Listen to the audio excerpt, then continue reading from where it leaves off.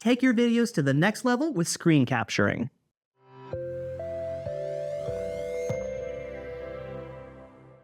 I'm David with SkillSprints, and I'm going to show you how to create high-quality screen recordings using OBS Studio. Whether you're making tutorials, presentations, or sharing your gameplay, I've got you covered. First, let's talk about where to get OBS Studio. You can download the program from obsproject.com. Follow the straightforward installation process, and you'll be ready to start recording in no time. Once you've installed the software, it's time to set things up for recording. In OBS Studio, the first thing you'll do is set up your recording canvas. This is where you define what part of your screen you want to capture. Click the plus button under Sources and add your display capture or capture a specific application window. You can also add your webcam by selecting Video Capture Device. Next, let's configure the audio and video settings.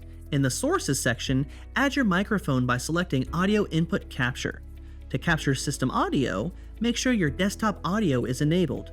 You'll want to adjust your audio levels to ensure clear sound quality, or even mute a source to remove it from your recording entirely. For video settings, go to Settings and then Video. Set your base resolution to match your screen's resolution, and choose an output resolution if you need a specific size. Set the frame rate to 30 or 60 frames per second for smooth recordings, and you're good to go. Now it's time for the moment you've been waiting for. Let's get recording. To begin, click the Start Recording button on the right. To stop the recording, surprise, click Stop Recording. OBS will automatically save your recording to the location specified in your settings.